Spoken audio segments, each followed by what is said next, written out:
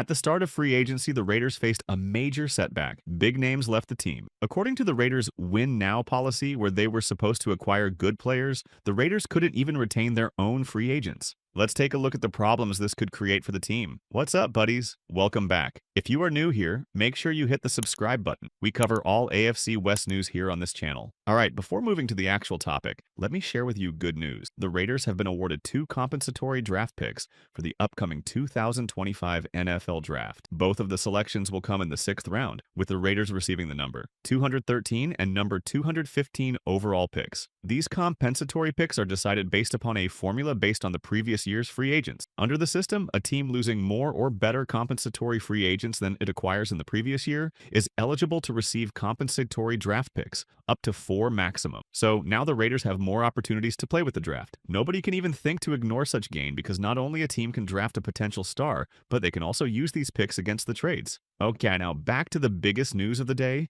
Linebacker Robert Spillane is heading to the New England Patriots. He agreed to a 3-year, $37 million deal, averaging just over $12 million per season. This one stings, no doubt about it. Spillane was the kind of linebacker the Raiders have been missing for years, a reliable, hard-hitting player who could wear the green dot, lead the defense, and bring much-needed stability to the linebacker group. He set the tone on defense and gave the team some consistency in a position that has often lacked it. For $12 million a season, keeping Spillane would have been ideal. At just 29 years old, he's still in his prime with plenty left to give. Critics say he's not good at pass coverage, which might explain why the Raiders were cautious about overpaying him. But let's be real. In today's NFL, linebackers who excel in both run defense and pass coverage easily command $15 million or more. I'm not going to lie. Seeing Robert Spillane leave was a tough one. He was the team's leading tackler in 2024 and arguably one of the best defensive players under Patrick Graham's system so far. Losing him leaves a massive void on the defense, and it's hard to overstate the impact he had on the field. Now we have another news that the Raiders have got Spillane replacement. They have signed linebacker Elandon Roberts. According to Adam Schefter, the former Steelers linebacker has agreed to a 1-year deal worth $3 million.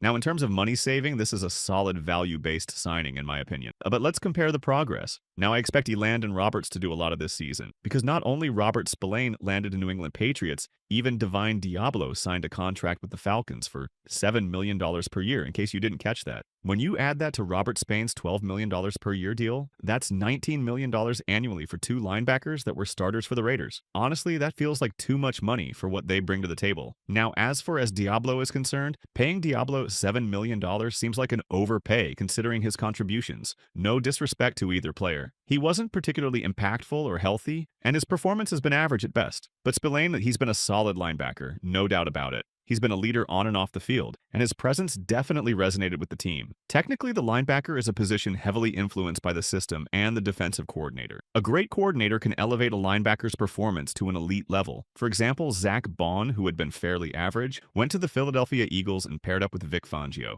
In his first year there, he played at a superstar level. That's not surprising at all. Look at Robert Saleh's track record. He was with the San Francisco 49ers and coached players like Fred Warner, Dre Greenlaw, and others who thrived in his system. Then he went to the Jets, and suddenly they're considered to have one of the best linebackers in the league, C.J. Mosley. That kind of success follows great defensive coordinators. Yes, I admit that Spillane wasn't particularly impressive when he played for the Pittsburgh Steelers. Once he joined Patrick Graham's system, his performance improved significantly. The right system can make all the difference for linebackers, as well as for other positions like cornerback or safety. Sometimes success just comes down to having the right defensive coordinator. As we move forward, I think the Raiders will figure out the linebacker position. I don't expect Elandon Roberts to match the level of impact that Robert Spillane had under Patrick Graham. I just don't see that happening, to be honest. But at the same time, I don't think the difference between Spillane and Roberts is worth $8 million. Think about it. $8 million could get you a starting guard. Would I have liked to see Robert Spillane return? Absolutely. Would I have been upset if the Raiders gave him $12 million per year? Probably not. But when you consider the value, it's not the greatest deal. The NFL is all about value. For example, look at the Eagles bringing in Nakobe Dean at a team-friendly deal, or signing a player like Kenyon Green. Green, a former first-round pick, is heading into his 4th year. That's value, and there's still upside to that kind of move. When you pay top 5 money for a player at their position, you expect top 5 production. But the reality is, more often than not, you don't get that level of return on investment. Another setback to the Raiders is departure of cornerback Nate Hobbs, who signed with the Green Bay Packers on a 4-year, $48 million deal with $16 million guaranteed. Hobbs is just 25 years old and brought physicality and versatility to the secondary. He was solid against the run and added a lot of flexibility to the defense. However, his injury history has been a concern. He's missed time every single season of his young career, 17 games over 4 seasons to be exact. While he's undoubtedly talented, it's understandable that the Raiders were cautious here. As the saying goes, your best ability is your availability. Still, $12 million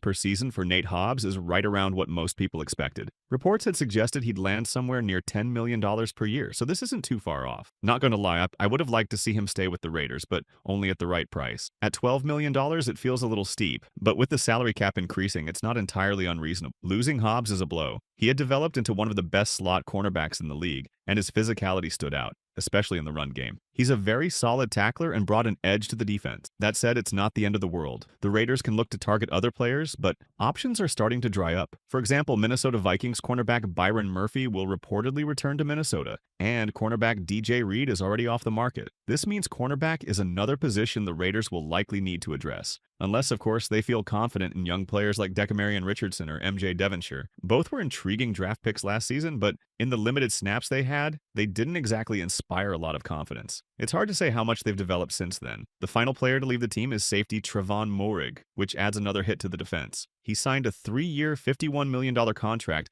with the Carolina Panthers. He was a high draft pick for the Raiders back in 2021, selected in the second round, and had an impressive 2024 season. He posted career highs in tackles for loss, and passes defended. I had a feeling Moehrig might leave, especially after seeing reports that his next contract could be anywhere from $15 to $20 million per season. He's a solid player, but for the Panthers to pay him around $17 million per season feels like an overpay. Right now, Moehrig is the 4th highest paid safety in the entire league, and while he's good, there's nothing about his game that screams elite safety. If a team is going to pay top 5 money, they should expect top 5 production. One concern I've always had with him is his lack of turnovers. Over 4 seasons, he's only recorded 6 interceptions. For a safety making that kind of money, you'd expect more impact plays and game-changing turnovers. Let's also be honest. The safety position, while important, is arguably one of the least valuable on defense. A safety's performance often depends heavily on the players in front of them. Without a strong defensive line, solid linebackers, and competent cornerbacks, even the best safety will struggle. So while I'm sad to see Moehrig leave, I think the Raiders made the right call by not overpaying for his services. At the same time, I'm happy for him. He got a great deal, and he deserves to secure his financial future.